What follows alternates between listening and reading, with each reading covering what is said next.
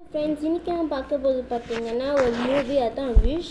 இந்த மூவியை வந்து 2D அண்ட் 3D ரெண்டு அனிமேஷன் மிக்ஸ் பண்ணியிருப்பாங்க. அப்புறம் இதான் ஃபஸ்ட் டைம் கொஞ்சம் மூவி சொல்கிறதுனா மிஸ்டேக் வந்து அட்ஜஸ்ட் பண்ணிக்கோங்க. அப்புறம் வீடியோ பார்க்க மறக்காம லைக், ஷேர், சப்ஸ்கிரைப் பண்ணிடுங்க. ஓகே, வீடியோக்குள்ளே போகலாம் வாங்க. முன்னொரு காலத்தில் ஒருத்தர் ஆசை தான் பெரிய விஷயம்னு நினச்சாரு. ஆனால் கண்ணு முன்னாடி நிறைய ஆசைகள்லாம் இதாகுது. அதனால் வந்து இவர் புக்கை பற்றி இவரே ஒரு மெஜிஷியனே ஆனார். 18 வயசானதுக்கப்புறம் அவங்க ஆசைகள்லாம் இவர்கிட்ட வந்து கொடுப்பாரு. இவரும் ராணியும் சேர்ந்து ஒரு கிங்டமை கட்டினாரு. அது நல்லா வளர்ந்துட்டே போச்சு. அப்புறம் இந்த ஊருக்கு கொஞ்சம் பெரிய புதுசாக வந்திருக்காங்க. இதோ இங்கே ஒரு வில்லேஜ் இருக்குல்ல, இதுதான் ஆஷா. இதான் அவங்களோட தாத்தா. அப்புறம் அவருக்கு ஒரு பெற்றோருக்கு ஆடு. எங்கள் தாத்தாக்கு தான் 100வது பிறந்தநாள்னால ராஜா உங்கள் ஆசையை தான் நிறைவேற்றி வைப்பாங்கன்னு ரொம்ப நம்பிக்கையோடு சொல்கிறான். அப்புறம் எங்கள் அம்மா வந்து தாத்தாவுக்கு ஒரு கேக் செய்யலாம் அப்படின்னு சொல்கிறாங்க. ஆனால் இவ வந்து புதுசாக ஊரில் நிறைய பேர் வந்திருக்காங்க, அவங்களுக்குலாம் இந்த ஊரை சுற்றி காணும்னு சொல்லி சாக்கு சொல்லிட்டு ஓடி போயிட்டான். அதே இவன் நினச்ச மாதிரியே கொஞ்சம் புதுசாக வந்திருக்காங்க. இவன் ஒரு பாட்டு பாடி இந்த ஊரை பற்றி நல்லா சொல்கிறான். மாதம் விஷிங் செரிமனின்னு ஒன்று நடக்கும். அது வந்து எங்கள் ராஜா வந்து எங்கள் தாத்தா ஆசையாக நிறைவேற்றி வைக்கணும். எனக்கு வந்து ஆசை. உங்கள் ஆசையை கூட நிறைவேற்ற வாய்ப்பு இருக்குது. இந்த ஆசைக்கெல்லாம் நீங்கள் ராஜாத்துக்கு கொடுத்துட்டீங்கன்னா நீங்களே அந்த ஆசையை மறந்து போயிடுவீங்க. என்ன கொன்னத்தில் வந்து விஷிங் செரிமனி நடக்கும் போது நீங்களே லைவாக பாருங்கள் அப்படின்னு சொல்கிறாங்க. இது எங்கள் கோட்டையில் காமிக்கிறோம். ஏதோ ஆஷாவோட ஃப்ரெண்டு. ஆஷா வந்து வந்து இன்டர்வியூக்கு போகாமல் பயந்துட்டு இருக்கா. அது என்ன கூட தெரியல, என் வாயெல்லாம் குளறா. நல்லா தானே இருக்குது ஆஷா, நீ தேவையில்லாம் பயந்துட்டு இருக்கேன்னு நல்லா தான் நடக்கும், போயிட்டு வா. சரி, ஏதோ சொல்கிறேன். ஃப்ரெண்ட்ஸ் இருக்காங்க. இவங்க தான் வந்து ஒருத்தர் தூங்கிக்கிட்டே இருப்பாங்க, ஒருத்தர் தூங்கிட்டே இருப்பாங்க, ஒருத்தர் கோவப்பட்டுக்கிட்டே இருப்பாங்க. நிறைய பேர் இருக்காங்க. இதான் ஒரு ஃப்ரெண்ட்ஸ், 7 ஃப்ரெண்ட்ஸ். அது குக் பண்ணது இவன் சாப்பிட்ருக்கான். அப்புறம் இவன் சொல்கிறான், யார் அவங்க ராஜா, யார் வந்து அவங்க அசிஸ்டண்ட்டாக வராங்களோ அவங்க குடும்பம் என்ன ஆசையை நடத்தி வச்சுருவாங்க. அதனால தான் இன்டர்வியூ அட்டன் பண்ணுறேன்னு இவன் சொல்கிறான். ஆனால் ஆஷாவுக்கு இன்னும் 18 வயசே ஆகலை. அப்போ ராணி வந்து இன்டர்வியூக்கு ரெடியாக இருக்கியா வான்னு சொல்கிறாரு. ஆனால் ரெடியாக இருக்கேன். அடிச்சு என்ன பொண்ணுத்தில் பயமாக இருக்குது. இன்னும் நல்லதான் நடக்கும், நீ பயப்படாத, போயிட்டு வா அப்படின்னு ஃப்ரெண்டு சொல்கிறேன். என்ன நேரமே நல்லா இருக்காது அப்படின்னு சொன்னீங்க. அப்புறம் ராணி வந்து ஆஷாவுக்கு சில டிப்ஸ் சொல்கிறா, ராஜாட்ட எப்படி பேசணும், நடந்துக்கணும் அப்படின்னு. ஏன்னா வந்து ஆஷா என்ன மாதிரியும் ரொம்ப பாசமாக அக்கறையோடு இருக்காங்க ஊர் மக்கள் மேலே. அதனால் ராஜனை கொண்டாடத்தில் வந்துடுவார், வெயிட் பண்ணி சொல்லுவார். இப்போ நிறையா புக்ஸ் எல்லாம் இருந்துச்சு. அதெல்லாம் பார்க்கும்போது ஒரு புக்கு இருந்துச்சு. தொழான்னு போகிற ராஜா வந்துட்டார். அப்புறம் தெரியாமல் தொட்டுற ஏதோ ஒன்று பூச்சி வயெல்லாம் வந்துடுது.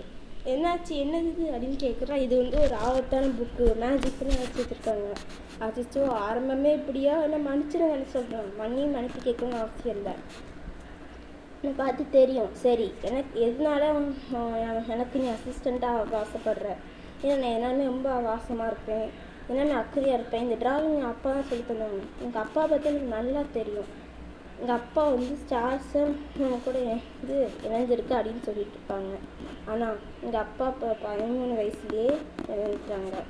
ஆஷா, எங்கள் ஊரில் சுயநலக்காரங்களாம் வந்து எங்கள் குடும்பத்தையே அழைச்சிட்டாங்க. அதுக்கப்புறம் தான் அந்த மேஜிக் கற்றுக்கிட்டு நான் இந்த கிங்டமை உருவாக்குறேன். யார் விசேஷம் அழிஞ்சு போனேன் எனக்கு அதனால் பார்க்க முடியல. அவங்க விசேஷம் நிறைவேற்றி வைக்கிறதுக்காக தான் நான் வந்து ஒரு மெஜிஷியன் ஆகன்னு சொல்கிறேன். சரி, என் கூட வா அப்படின்னு சுற்றி கூப்பிட்டு போகிறாங்க. இந்த இடத்த சில பேருக்கு நான் காமிப்பேன். ஏன்னா இங்கே பாரு எவ்வளோ விசேஷம் இருக்குன்னு சொல்ல. வா, இதெல்லாம் நல்லா இருக்கே, உயிரோடு இருக்கணுமே சொல்ல. ஆமாம், அப்படியே சொல்லலாம். இங்கே பாரு, நம்மளாம் எவ்வளோ இது பாரு. நிறைய பேர் ஒரு கனவு காண்பிருக்காங்க. இதெல்லாம் நான் வந்து ப்ரொடெக்ட் பண்ணுவேன் அப்படின்னு ராஜா சொல்கிறாரு.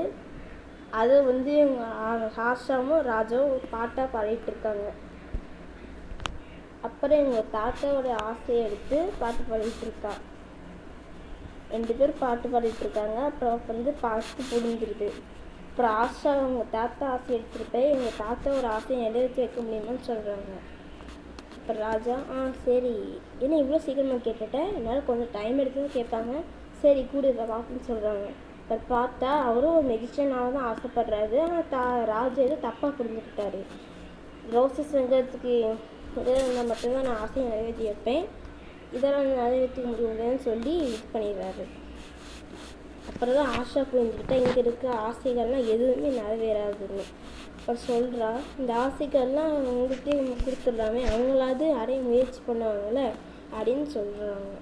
இந்த ஆசைகள்லாம் நிறைவேறுக்கு ரோசஸ் மட்டும் இதானுவாங்க அப்படின்னு சொல்கிறா.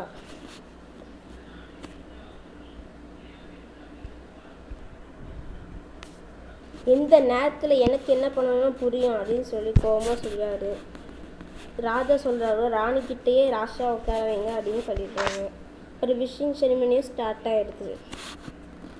இன்னைக்கு ராஜா ஒரு ஆசையை நிறைவேற்ற போகிறாரு. அப்புறம் புதுசாக இந்த ஊருக்கு வந்த மக்கள் அவங்க ஆசையை கொடுத்துட்றாங்க. கொடுத்ததுக்கப்புறம் அது என்னன்னு அவங்களே பறந்து போயிடுறாங்க. அதுக்கப்புறம் இன்னைக்கு யாரோட ஆசை நிறைவேற போகுதுன்னு ராஜா சொல்கிறாங்க. தாத்தா நம்ம ஆசை நிறைவேற போது ரொம்ப ஜாலியாக இருக்காங்க. ஆனால் ராஜா வேணும்னு வேற ஒருத்தரையும் கூப்பிட்டு இங்கே ஒரு அழகான ட்ரெஸ் உருவாக்குறவங்க உங்கள் ஆசைன்னு சொல்லி நிறைவேற்றி வச்சிடுறாங்க. இதை பார்த்த ஃப்ரெண்ட்ஸு நம்ம தாத்தாவோட ஆசை நிறைவேறன்னு சொல்லி வருத்தப்படுறாங்க.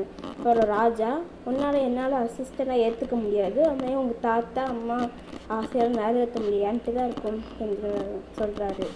அப்புறம் தான் ராணி இதை தப்பாக எனக்கு தெரிஞ்சுக்கிறான். அப்புறம் நான் பார்த்த உண்மையெல்லாம் நீங்களும் தெரிஞ்சுக்கோங்க, உங்கள் ஆசை என்றைக்குமே நிறைவேறாது அப்படின்னு சொல்கிறான். அப்புறம் இந்த தாத்தா புரிஞ்சுக்காம அதில் இந்த ஆசையில் ஏதோ ஒரு பிரச்சனை இருக்குது, தேவையில்லாமல் சொல்லி காயப்படுத்தாதுன்னு சொல்கிறாங்க. இதை உங்கள் தாத்தா புரிஞ்சுக்கிறதுனால வருத்தப்பட்டு விட்டு போயிடுறா. இதோட நான் பார்ட் 2 மாதிரி போடுறேன். ஓகே ஃப்ரெண்ட்ஸ், நான் கொஞ்சம் ஷார்ட்டாக போடுறேன். நான் கண்டிப்பாக தன்னடிப்பேன், நீங்களே பார்த்துருப்பீங்க. ஏன்னா ஃபஸ்ட் டைம் சொல்லுவாங்க, கொஞ்சம் இதாக இருக்கும், அட்ஜஸ்ட் பண்ணிக்கோங்க. இனிமேல் நான் கொஞ்சம் மாற்றிப்பேன். ஓகே, இனிமேல் தர மாட்டேன், நான் கொஞ்சம் சுருக்கி போடுறேன். ஓகே, பார்க்குறவங்க மற்றவங்க லைக் ஷேர் சப்ஸ்கிரைப் பண்ணுங்கள். இந்த வீடியோ பிடிச்சிருந்தா. Okay friends, bye bye.